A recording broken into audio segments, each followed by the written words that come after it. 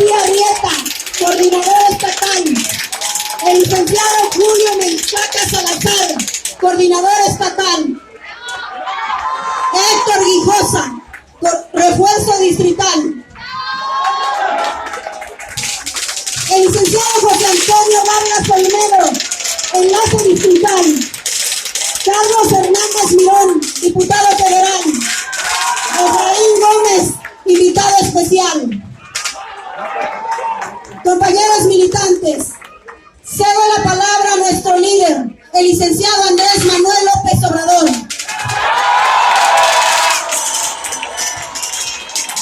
Amigas, amigos de Huichapan,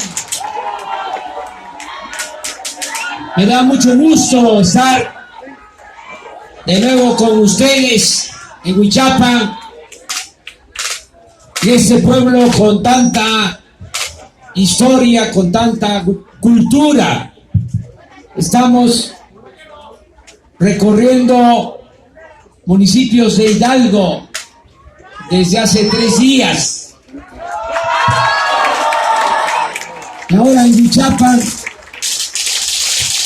venimos a informarles sobre nuestro movimiento. Decirles que hay un gran entusiasmo en todo el país, porque a pesar de los pesares, a pesar de la pobreza, de la marginación, del mal gobierno, de la corrupción, de la inseguridad, de la violencia, hay ahora la oportunidad de nuevo de conseguir entre todos desde abajo, de manera pacífica, sin violencia, un verdadero cambio, una transformación. Falta muy poco, 7 meses para esa cita que tenemos con la historia, y hay condiciones, repito, inmejorables en todo el país. No solo es en el centro de la República, en el sur, en el sureste, es también en los estados del norte, donde antes había menos participación de la gente en el propósito de llevar a cabo un cambio democrático con dimensión social. Ya se extendió el movimiento a todo el país. Vengo a Huichapan a reafirmar, a refrendar los compromisos, que ustedes sepan por qué es este movimiento, qué es lo que se va a llevar a cabo cuando triunfe este movimiento de regeneración nacional. Lo primero va a ser, como lo han venido señalando ahora que venía saludando, vamos a acabar con la corrupción. Eso va a ser lo primero.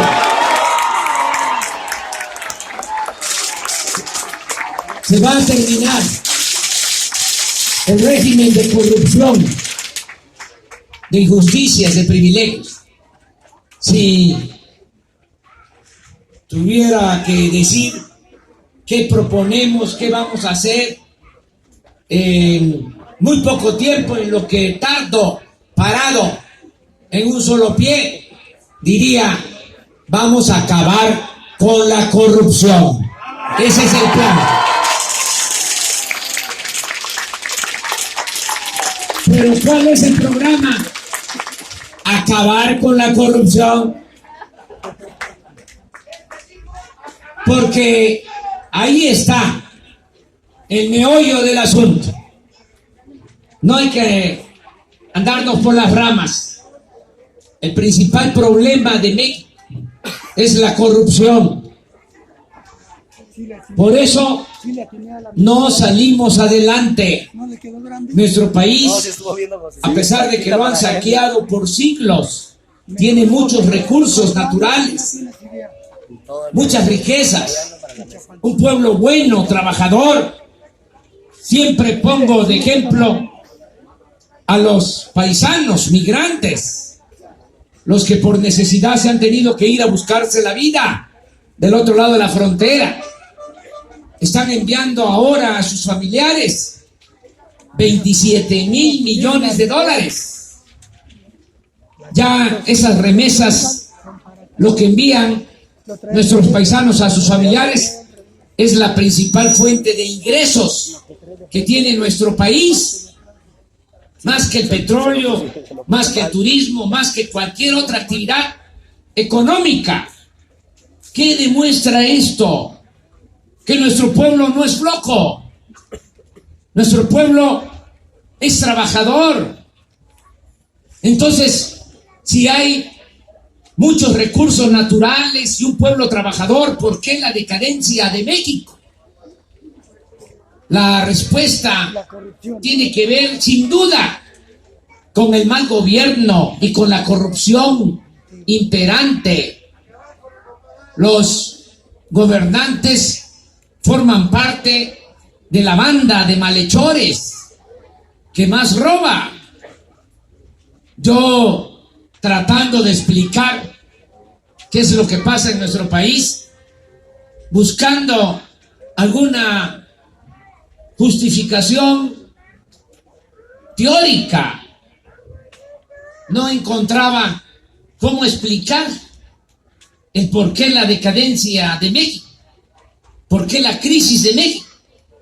Y leyendo, encontré un texto que no es de un politólogo ni de un sociólogo, sino de un escritor, León Tolstoy. En ese texto dice: un gobierno que no procura la justicia no es más que una banda de malhechores. Y ahí está la explicación.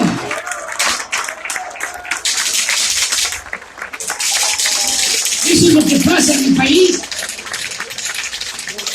Los gobernantes se dedican a saquear, a robar, y es tan bueno nuestro pueblo, tan noble, que se ve la corrupción como algo normal. Hasta hace poco todavía se le decía a los hijos: estudia, porque así, cuando seas grande, vas a ser como don fulano, un reverendo ladrón. Se ponía de ejemplo a los que se dedicaban a robar. Era triunfar a toda costa, sin escrúpulos morales de ninguna índole. Se aplicaba, y todavía se piensa, que el que no tranza no avanza. Tenemos por eso que acabar con la corrupción. Está demostrado que en los países donde no hay corrupción, no hay pobreza.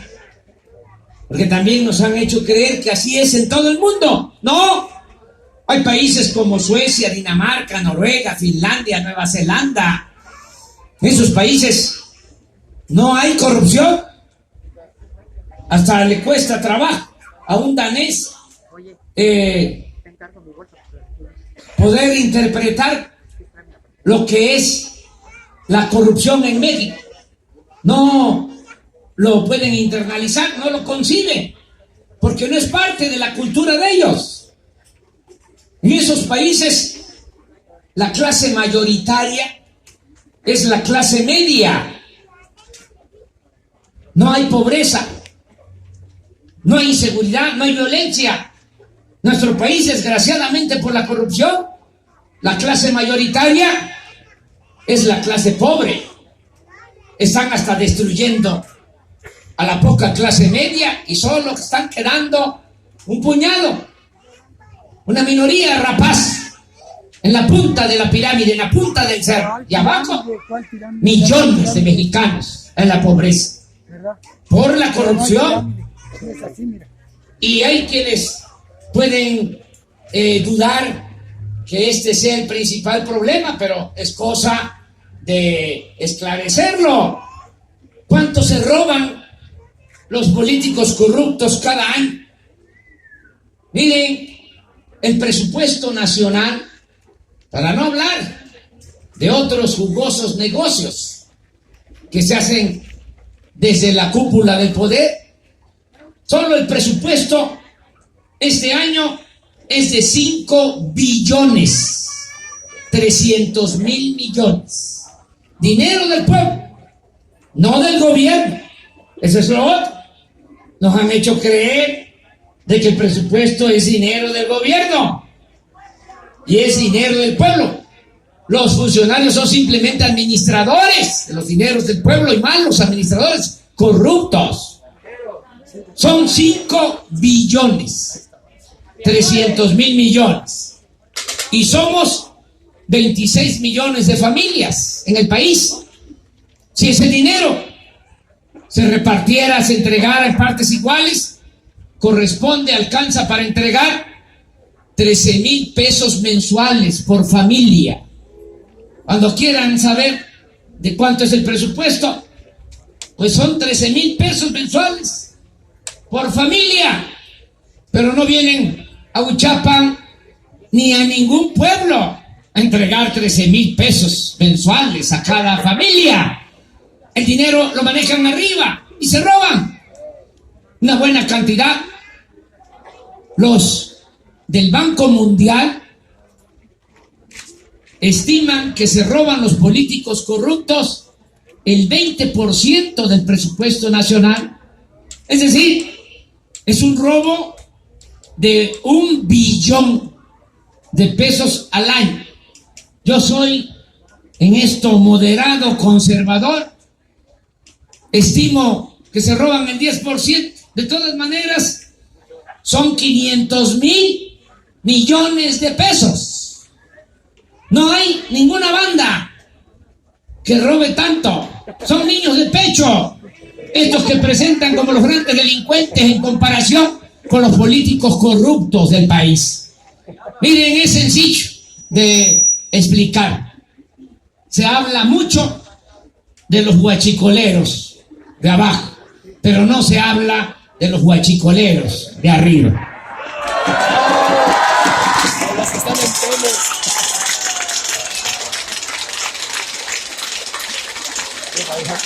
Ese es el problema, la corrupción, y se puede enfrentar ese mal que aqueja al pueblo, a la nación.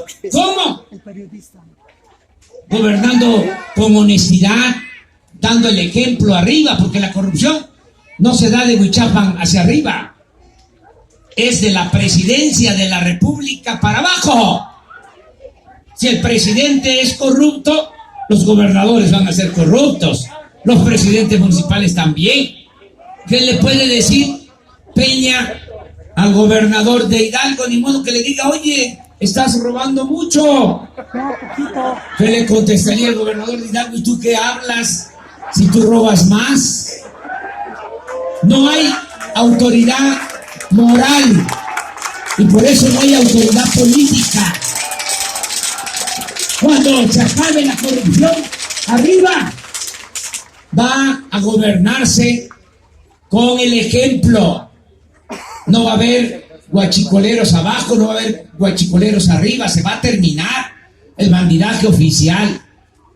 Y por eso tenemos nosotros confianza de que se puede sacar adelante al país, aún con todo el atraso, con la pobreza, con la marginación, con el grave problema de inseguridad, de violencia. Nosotros consideramos que si se termina con la corrupción, va a ser como una revolución pacífica, va a ser todo un acontecimiento histórico y vamos a contar con presupuesto. Imagínense que evitemos que se roben esos 500,000 millones cada año, sin aumentar impuestos, sin endeudar al país. Va a haber dinero para impulsar actividades productivas, para crear empleos, para garantizar el bienestar del pueblo. Y no solo va a ser acabar con la corrupción, al mismo tiempo va a haber un gobierno austero, sin lujos, sin derroche. No van a ver los sueldos que reciben ahora los altos funcionarios públicos, hasta de 650,000 pesos mensuales. Las pensiones a los expresidentes.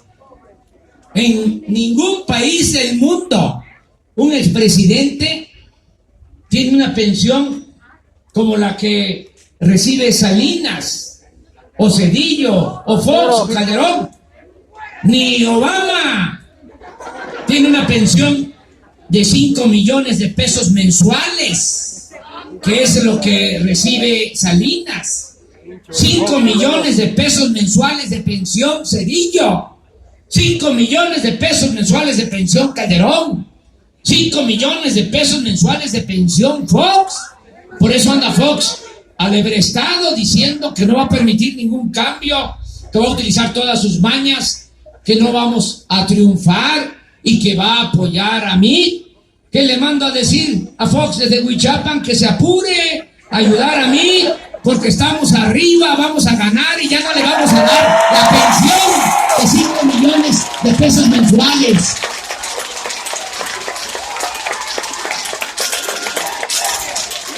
No es venganza, no es muy fuerte la venganza, es justicia. Es que ya se van a terminar todos esos privilegios y no vamos a usar aviones de lujo, helicópteros de lujo. Miren lo que se atrevió a hacer Peña. Se compró un avión que vale 7,500 millones de pesos.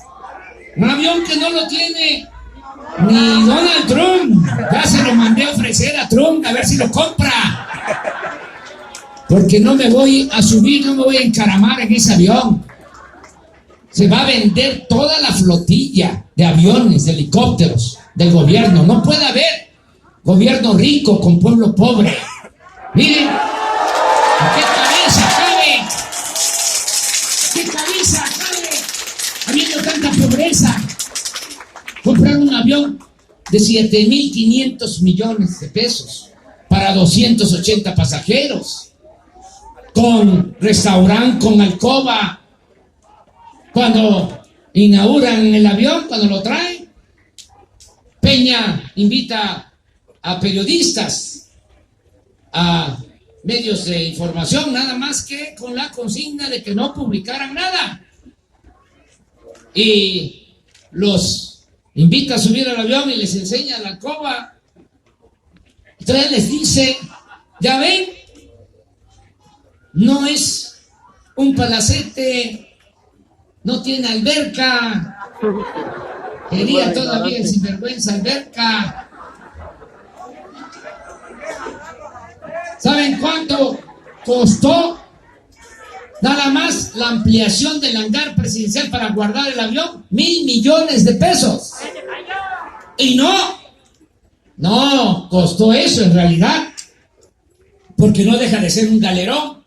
Aquí hay muy buenos albañiles, maestros de obra, me consta, porque cuando fui jefe de gobierno, muchos de esta región trabajaban en las obras viales allá en la Ciudad de México. Son los trabajadores de la construcción mejores que hay en el país, y no les estoy haciendo la mano. Son muy buenos constructores en todo el estado de Hidalgo. Pues ¿saben cuánto cuestan las obras? Esa ampliación del hangar, cuando mucho, costó 500 millones. No 1,000, ahí se robaron 500 millones. ¿Por qué? Porque no hubo concurso de la obra, no se licitó la obra de acuerdo a la ley, fue asignación directa y se entregó esa obra de ampliación del hangar presidencial a Hinojosa, el contratista predilecto de Peña Nieto. 7.500 del avión más 1.000 de la ampliación del hangar. Aquí me llevaría mucho tiempo explicarles cómo, por ejemplo, terminan esa obra de ampliación del hangar, 1.000 millones, y hace como 10 años, cuando mucho, hicieron lo que se llama la Terminal B, la Terminal 2 del Aeropuerto Internacional, y en el aeropuerto de la Ciudad de México, ahí fue donde hicieron la ampliación del hangar presidencial. Bueno, ahora están construyendo un nuevo aeropuerto en Texcoco, un barril sin fondo, 200,000 millones de pesos. Y cuando terminen, porque ese aeropuerto, esa obra, nos va a dar tiempo de detenerla para que ya no se siga malgastando el dinero y ya no vamos a aceptar ese proyecto. Bueno, pero si se construyera ese nuevo aeropuerto, se tendría que cerrar el actual aeropuerto y se tendría que cerrar también el aeropuerto militar de Santa Lucía. Cerrar 2 aeropuertos, pero acaban de hacer la ampliación ahí del hangar presidencial y la nueva terminal. Es tirar a la basura el dinero del pueblo. Todo eso ya no va a suceder. Volvamos al avión, 7.500 más 1.000 de la ampliación del hangar, 8.500 millones, más lo que cuesta el mantenimiento, la operación de ese avión, como 10.000 millones de pesos. ¿Cuánto tiene Huichapan de presupuesto al año? 100 millones. 100 millones de pesos mexicanos. 120. Miren, si hago bien las cuentas, los 10.000 millones del avión de Peña son como 80 años del presupuesto de Huichapan. Es casi un siglo del presupuesto de este municipio, solo lo que costó el avión de Peña. Y no solo es eso, es el mal ejemplo. Apenas Peña había comprado ese avión, el secretario de la Defensa, Cienfuegos, se compró también un avión, 1.500 millones de pesos. Cada vez que veo a los soldados en camiones destartalados que andan por la carretera, me acuerdo del avión de Cienfuegos. Eso no va a pasar. Eso ya no va a seguir sucediendo. No puede ser que se le dé maltrato a la tropa y que arriba vivan como sultanes los jefes militares. Eso se va a terminar.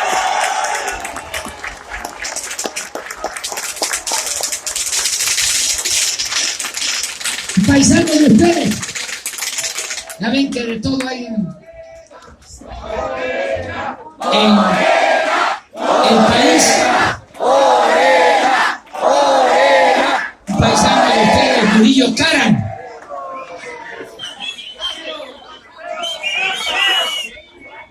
Miren, de aquí de Huichapan yo tengo que hacer un reconocimiento a un paisano de ustedes que para mí fue un buen funcionario público, un buen gobernante, Rojo Gómez. Miren, decir lo que ustedes consideren, pero él era de los de antes, fue jefe de gobierno en la Ciudad de México cuando era departamento del Distrito Federal, estuvo muy cerca de ser candidato a la presidencia de la República, pero eso es otra historia. Nada que ver con Murillo Karam. Murillo también se compró su avión de 1.500 millones de pesos. Miren, en 10 años, 6 de Calderón y solo 4 de Peña, en 10 años se gastaron 100,000 millones de pesos en compra de aviones y de helicópteros del gobierno. Ya eso no va a seguir sucediendo. Vamos a cuidar el presupuesto, se va a ahorrar porque no se va a permitir la corrupción y vamos a seguir la enseñanza de ese gran presidente Benito Juárez, que decía: el funcionario tiene que aprender a vivir en la justa medianía. El próximo presidente de México va a ganar menos de la mitad de lo que gana Peña Nieto. Ya no vamos a vivir en Los Pinos. Se va a convertir ese espacio, esa residencia oficial, con todos sus jardines, se va a integrar a lo que es el bosque Chapultepec. Ahí está el castillo de Chapultepec, ahí está el Instituto Nacional de Antropología, el Museo Nacional de Antropología, está también el Auditorio Nacional, está el Zoológico de Chapultepec. Se va a integrar toda esa área, y Los Pinos, y donde está ahora también el Estado Mayor Presidencial, se va a convertir en una gran extensión para el disfrute, para las artes, para la cultura del pueblo de México. Van a poder entrar ahí y todos los mexicanos van a disfrutar todo ese espacio. Ya no va a haber residencia oficial. Yo voy a seguir viviendo en la casa donde vivo actualmente hasta que mi niño pequeño termine la primaria, y luego voy a rentar una casa cerca de Palacio Nacional. También aprovecho para decirles que no va a haber Estado Mayor Presidencial. El Estado Mayor Presidencial va a pasar a formar parte, se va a integrar a la Secretaría de la Defensa Nacional. Esto también lo digo porque ahora que venía saludando, me dijo un señor, y así va a saludar siempre, ya cuando sea presidente, así nos va a saludar. Claro que sí, no voy a cambiar. Miren, tengo ideales, tengo principios. ¿Saben quiénes son los que cambian? Los que no tienen ideales, los que no tienen principios, los que no están bien anclados. Dicen que el poder atonta a los inteligentes, y a los tontos los vuelve locos. Si no hay ideales, si no hay principios. Yo llevo muchos años en esta lucha y sé muy bien cuál es mi responsabilidad histórica. No va a haber guardia presidencial. El que lucha por la justicia no tiene nada que temer. Y vamos a seguir recorriendo el país como siempre, a ras de tierra. No nos vamos a subir a aviones privados, helicópteros privados. Si les platico, empecé una gira esta semana en Tlaxcala, visité 3 municipios. Me fui a dormir a Tehuacán, hice 3 municipios de la Sierra de Oaxaca: Huautla, Jalapa de Díaz, Loma Bonita. Me fui a dormir al puerto de Veracruz. Todo en carretera. Luego, en avión, de línea de Veracruz a Tampico. De Tampico empecé a bajar toda la Huasteca hidalguense.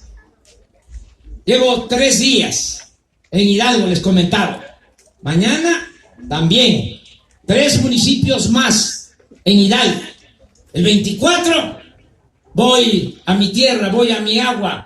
Voy a hacer un acto porque inicia la precampaña de gobernador en Tabasco el 24. Nada más voy a descansar el 25 por las razones que ustedes ya conocen, pero 26, 27, 28 recorrer pueblos de Tabasco.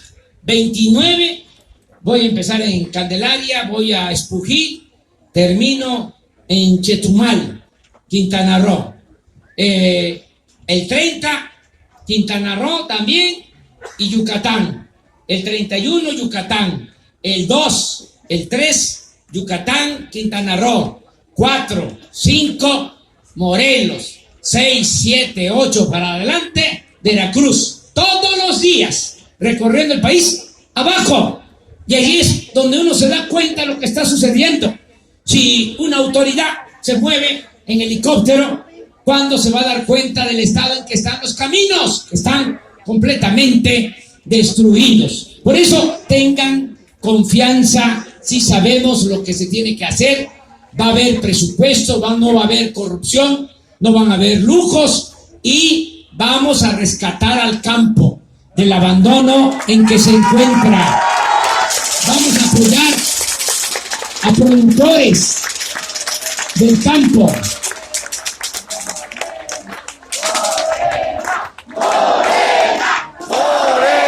Vamos a apoyar a ejidatarios, a pequeños propietarios. Se va a garantizar para el productor que haya buenos precios. Se van a establecer precios de garantía para los productos del campo. Ya estoy pensando en el mecanismo de apoyo, de subsidio al productor. Si el productor, como ahora, recibe 3 pesos por kilo de maíz, 3,000 pesos por tonelada, que cada vez les pagan menos. Hace 6 años les pagaban hasta 5 pesos el kilo, ahora a 3 pesos. Cada vez está peor. Bueno, si les dan 3 pesos, buscar el mecanismo de que el gobierno compense con otros 3 pesos para que reciban 6 pesos por kilo el que produce maíz, y así todos los productores van a tener apoyo, agricultores y ganaderos. Vamos a distribuir también a precios bajos el fertilizante, y a los que siembran para comer van a tener fertilizante gratuito. Vamos a procurar que sea fertilizante orgánico, que no afecte el suelo. Me lleva tiempo explicarlo. No voy a entrar a detalle, pero vamos a tener una empresa grande que va a producir los fertilizantes que se necesitan en el campo. Es una empresa que privatizó Salinas, se le entregó a agentes vinculados a él y dejaron que se convirtiera en chatarra, y llega Peña y para hacer un negocio compraron de nuevo. La planta es algo así como de Brecht, pero es una fábrica de fertilizantes que está en Pajaritos, en Coatzacoalcos, Veracruz. Valía, porque ya estaba convertida en chatarra, cuando mucho, $50 millones, 800 millones de pesos, solo por el terreno, que llevaba años sin producir nada. Pagaron por la planta $500 millones. O sea, lo que costaba 800 millones de pesos, pagaron 8,000 millones de pesos. Ahora sí que se rayaron ahí. Negocio arriba. Y todavía le metieron $500 millones más para rehabilitarla. Otros 8,000 millones. Y todavía no produce, pero ya están pensando, ya están dando a conocer que cuando termine de rehabilitarse la planta y empiece a producir fertilizante, la van a volver a rematar, la van a volver a privatizar. Pues ya no, esa es la planta que nos va a servir para tener fertilizantes y distribuir los fertilizantes a los productores. Todo esto tiene una explicación. También les digo, vamos a apoyar a los jóvenes. Vamos a que todos los jóvenes tengan becas. Van a tener becas los que estudian en la preparatoria. Van a tener becas los que estudian en la universidad. 2,400 pesos mensuales. Y algo más. Se les va a dar trabajo a todos los jóvenes, que ahora se les llama ninis, porque ni estudian ni trabajan y no es culpa de ellos.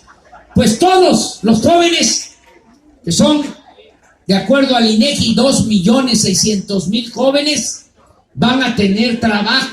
El gobierno los va a contratar, se va a ir casa por casa apuntándolos, inscribiéndolos, incorporándolos al estudio y al trabajo, y se les va a pagar un sueldo para que sean aprendices en talleres, para que se estén capacitando para el trabajo en las empresas, en los comercios. Se les va a pagar un sueldo inicial de 3,600 pesos mensuales para que empiecen a formarse. ¿Saben cuánto cuesta darle becas a 300,000 jóvenes para que estudien en la universidad? De 2,400 pesos mensuales. ¿Cuánto cuesta darle trabajo a 2.300.000 jóvenes? Pagándoles como aprendices 3.600 pesos mensuales. En total son 110.000 millones de pesos al año. ¿Cuánto se roban los políticos corruptos? Calculo por lo bajo 500.000 millones. Nos va a alcanzar, nos va a sobrar. ¿Qué vamos a ganar con esto? Que no haya ningún joven que no tenga oportunidad de estudio o de trabajo. ¿Qué se gana con esto? Mucho, porque vamos a jalar a todos los jóvenes, los vamos a atraer. Si no lo hacemos así, si seguimos dándole la espalda a los jóvenes, los jalan otros, y los jóvenes toman el camino de la delincuencia. Lo puedo resumir en una frase: becarios sí, sicarios no. Así vamos a ir enfrentando el problema de la inseguridad, de la violencia. ¿Por qué se desató la inseguridad y la violencia? ¿Es porque somos malos por naturaleza los mexicanos? No, es que no ha habido crecimiento económico, de eso no se habla. Llevamos 30 años sin crecimiento económico, no se generan empleos. Mucha gente tuvo que irse a buscarse la vida a otras partes, se desintegraron las familias, se abandonó a los jóvenes y ahora estamos pagando las consecuencias. Y no se va a resolver ese problema. Ya también ha quedado de manifiesto que no se puede apagar el fuego con el fuego. No se puede enfrentar la violencia con la violencia. No se puede enfrentar el mal con el mal. Tenemos que cambiar ya esa estrategia. La paz y la tranquilidad son frutos de la justicia. Si se rescata el campo, si hay trabajo, si se atiende a los jóvenes, si hay bienestar, vamos a garantizar que haya paz y haya tranquilidad en el país. También aprovecho para decirle a los maestros de Huichapan y de todo Hidalgo que tan luego triunfe nuestro movimiento, se va a cancelar la mal llamada reforma educativa. Eso no sirve. No es una reforma educativa, ni siquiera es una reforma laboral. Es un mecanismo para someter al magisterio. Eso se va a terminar. Y se los digo a los de la CENTE y a los del CENTE y a todo el magisterio. Llegando, se cancela la mal llamada reforma educativa. No se va a privatizar la salud, ni el seguro, ni el ISSSTE. Al contrario, vamos a mejorar todo el sistema de salud pública. Vamos a garantizar la atención médica, los medicamentos gratuitos. Estoy proponiendo para secretario de salud al que fue Premio Nacional de Ciencia, doctor, una eminencia, Jorge Alcocer, que le he encargado que me ayude a que levantemos todo el